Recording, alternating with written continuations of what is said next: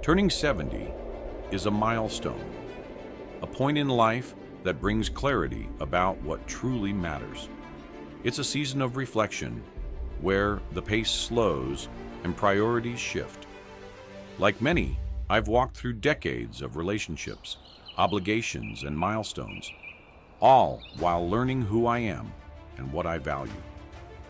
Now at this stage of life, I find myself choosing solitude over companionship, independence over cohabitation. It's not because I'm bitter or lonely. It's because I've discovered a peace and freedom in living alone that I've never known before. If you've ever felt the same, or wondered what this path looks like, let me share why this choice feels so right for me. If you enjoyed this video, give it a thumbs up. Don't forget to subscribe and turn on notifications so you never miss an update.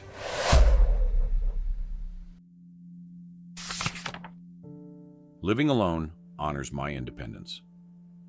As I reflect on my journey to 70, one of the most profound truths I've embraced is the sanctity of independence. Independence is not just a practical state, it's a deeply emotional and spiritual experience. For much of my life, independence was about achievement, raising children, building a career, keeping a home, and balancing the countless demands of others. But now, it's become something more profound. It's about reclaiming the essence of who I am and honoring my journey as an individual. Living alone has granted me a sense of liberation that I didn't know I needed. My days are my own, free from compromise or negotiation. I wake up to a rhythm that feels natural to me. I savor the silence of my mornings, unhurried, without the need to accommodate someone else's schedule. My meals are prepared not with anyone's preferences in mind, but simply as an act of self-care. Even the smallest details, what to watch, how to spend an afternoon, where to place a cherished photograph, become opportunities to connect with myself, to honor my preferences and needs without distraction. This independence goes beyond the physical. It's a statement of my autonomy, a quiet assertion that my life is still mine to live as I choose. For decades, I poured myself into others, often joyfully, but sometimes at the expense of my own desires. I was a partner, a parent, a caregiver, and a friend. Those roles were meaningful, and I embraced them wholeheartedly. Yet they also meant setting aside parts of myself, my dreams, my comfort, even my peace, for the benefit of others. Now, I am free to nurture the parts of me that were long left unattended. Living alone allows me to revisit hobbies I once loved or explore new ones I never had the time for. I read more, take leisurely walks, tend to my garden, and spend hours simply sitting in quiet reflection. It's not about doing nothing. It's about doing everything that matters to me. There is a profound satisfaction in making decisions without having to consider anyone else's opinion or schedule. It's not selfishness, it's self-respect. For so many years, my choices were shaped by the needs and desires of others. Living alone has taught me to trust myself, to prioritize my well-being without guilt or hesitation. This isn't a rejection of relationships, but an embrace of my own value. Some may see solitude as a sign of loneliness, but I see it as a celebration of freedom. To live alone at this stage of life is to affirm that I am enough as I am. It's not about turning away from others, but about turning toward myself. In the quiet of my home, I've discovered that my independence is not a retreat. It's a return to the essence of who I've always been. There's a beauty in this independence that's hard to articulate, but easy to feel. It's in the simplicity of my surroundings, curated by and for me. It's in the quiet evenings, when I reflect on the life I've lived and the choices I have made to honor my happiness. It's in the profound sense of peace that comes from knowing I don't have to explain or justify my choices to anyone. Living alone at 70 is not a limitation. It's an empowerment. It's a way of saying, I know who I am, and I will honor that truth. There's no shame in choosing solitude, no sadness in embracing independence. Instead, there is joy, peace, and a quiet strength in knowing that my life is still my own to shape, even now. This stage of life has brought me a clarity that I couldn't have understood when I was younger. Living alone doesn't mean I've stopped loving or caring for others. It means I've started loving and caring for myself in a way I never fully allowed before. And that, to me, is the truest form of independence. Solitude brings peace, not loneliness. In my younger years, solitude was something I avoided, a space that felt too empty and quiet, as though the silence itself might overwhelm me. Back then, the presence of others filled the hours and gave structure to my days. But now, at 70, I see solitude through a different lens, no longer as a void to be filled, but as a sanctuary of peace, a quiet gift I treasure more deeply with each passing year. Living alone has shown me that solitude is not the same as loneliness. Loneliness is a longing for connection, a heaviness that comes from feeling unseen or forgotten.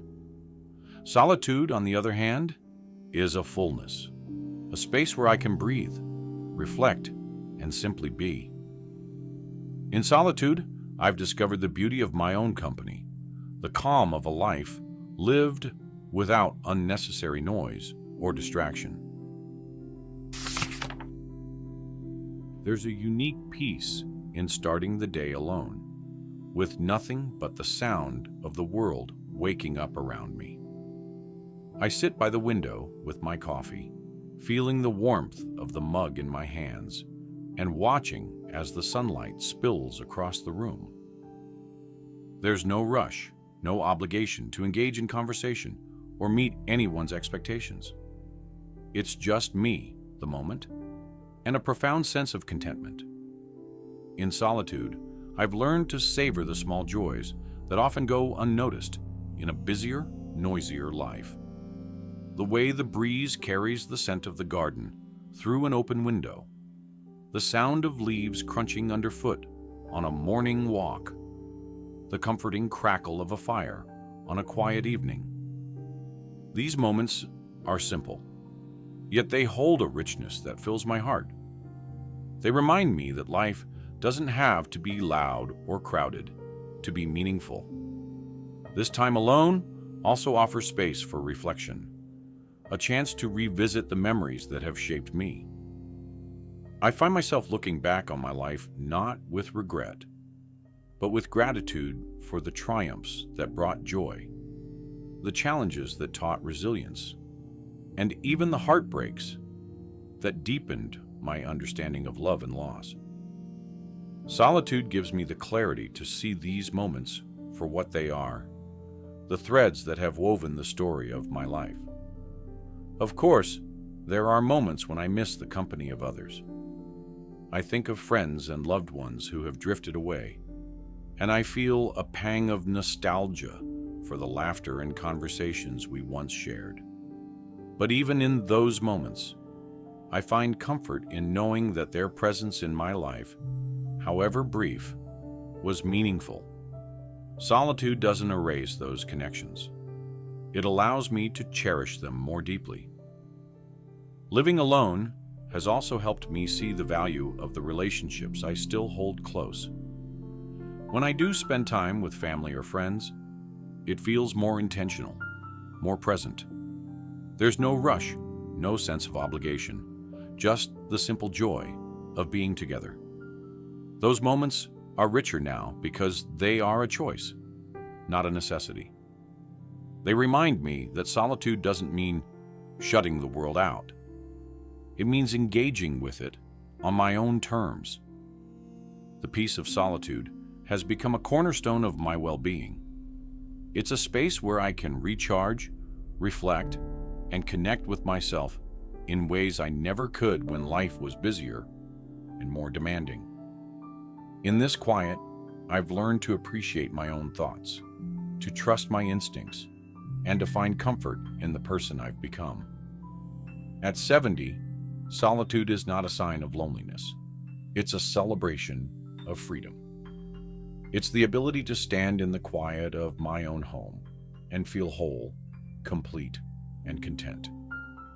It's a reminder that I don't need to fill every moment with activity or every space with people to live a meaningful life. Solitude has taught me that peace isn't something you find in others. It's something you nurture within yourself.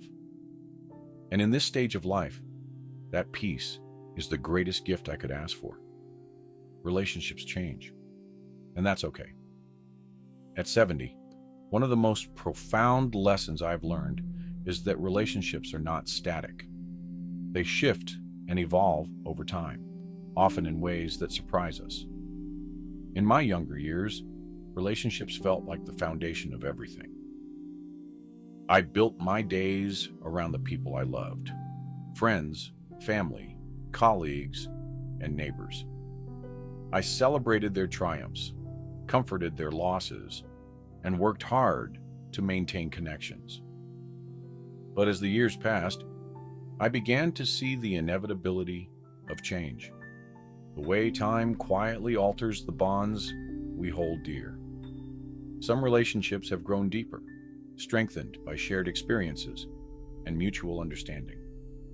These connections are my treasures, the ones that anchor me through life's ebbs and flows. But others have faded, not with bitterness or conflict, but with the natural passage of time. People move away, priorities shift, and life pulls us in different directions. For a long time, I resisted this truth, taking it personally when a friendship faded or a family member became distant. I wondered what I had done wrong, what I could have done differently to keep them close. Now I understand that not every relationship is meant to last forever. Some people come into our lives for a season, their presence brief but meaningful. They leave us with memories, lessons, and sometimes heartache, but always with a mark on the story of who we are. Accepting this truth has brought me peace. It doesn't mean I care any less about the people who have drifted away. It simply means I've learned to let go with grace and gratitude for the time we shared. Living alone has given me the clarity to prioritize the relationships that truly matter. In the quiet of my own space, I've reflected on who fills my heart with joy and who leaves it feeling heavy.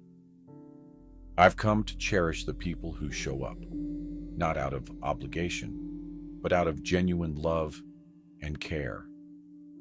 These are the relationships I pour my energy into, knowing that they are reciprocal, rooted in kindness and respect. At the same time, I've also learned the importance of boundaries. In the past, I often gave more than I received, convinced that being a good friend or family member meant always saying yes, always being available. But that kind of endless giving is exhausting, and it left me feeling depleted. Now I protect my time and energy, choosing carefully where to invest my love. Relationships, I've discovered, should enrich our lives, not drain them. Looking back, I see that the relationships that have remained are the ones that truly matter. They don't demand constant attention or effort. They thrive on a foundation of mutual understanding. These are the connections that feel like home, the ones that remind me I'm not alone, even when I'm physically by myself. Living alone hasn't distanced me from others. It's deepened my appreciation for the people who bring light into my life. My home reflects who I am. There's a unique joy in living alone, a freedom that comes from creating a space that's entirely your own. Over the years, I've lived in homes filled with the laughter of children, the warmth of family dinners, and the chaos of everyday life. Those years were beautiful, but they were also shared. My home was a reflection of everyone's needs, everyone's tastes, and everyone's lives. Now, at 70, my home is mine alone, and it has become a canvas for my soul. Every corner of my home tells a story about who I am and what I value. The books on my shelves are carefully chosen, each one a companion to a quiet afternoon. The photos on my walls capture moments of joy, love, and accomplishment, reminders of a life well lived. My furniture is arranged just the way I like it, not to accommodate others, but to create a space that feels comfortable and peaceful to me. There's something deeply fulfilling about walking into a room and knowing it was designed for no one but myself. It's a reflection of my tastes, my memories, and my dreams. In a world that often demands so much of us, my home has become my sanctuary, a place where I can retreat and recharge. Living alone has also allowed me to embrace simplicity. Without the need to consider others' preferences, I've stripped away the clutter and created a space that feels calm and intentional. Every item I keep has a purpose, whether it's practical or sentimental. There's no pressure to keep up appearances or impress anyone else. Just the quiet satisfaction of knowing that my home is a reflection of my heart. This space has become more than just a physical refuge. It's a symbol of my independence and my ability to create a life that feels authentic to me. When I sit in my favorite chair with a cup of tea, listening to the soft hum of the world outside, I feel a deep sense of gratitude. This is my space, my life, my moment to savor. Creating a home that reflects who I am has also taught me to appreciate the beauty of the present. In this space, I'm reminded that life doesn't have to be grand or busy to be meaningful. It's in the small, quiet moments. The way the sunlight streams through the window in the morning. The way the house feels after a deep clean. The comfort of familiar surroundings that I find the greatest joy. Living alone doesn't mean being isolated. It means being intentional. My home is a place where I can invite loved ones when I choose, but it's also a place where I can find solace in my own company. It's about balance that feels just right for this stage of life. At 70, my home is more than just a place to live. It's a reflection of who I've become. It's a space where I can honor my past, embrace my present, and dream about my future. In its quiet simplicity, it reminds me every day that I am enough just as I am. Freedom from obligations is one of the greatest gifts I've discovered in living alone at 70. For most of my life, I carried the weight of countless responsibilities. Some self-imposed, others born from love and duty. I gave my time, energy, and care to family, friends, and work. I was the reliable one, always saying yes, always showing up, always putting others first. But over the years, I began to feel the quiet exhaustion of a life spent meeting everyone else's needs but my own. Now, in this chapter of life, I've embraced the power of no. Living alone has taught me that my time and energy are precious, and it's okay, necessary even, to protect them. I no longer feel obligated to accept every invitation, attend every event, or maintain every relationship out of guilt or habit. Instead, I choose what aligns with my values and what brings me peace.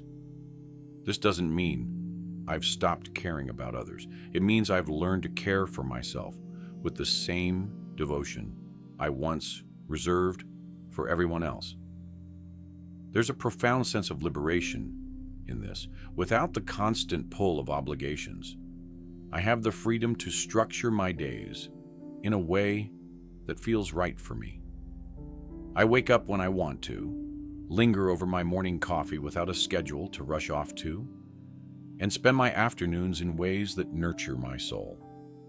Sometimes that means a long walk through the park.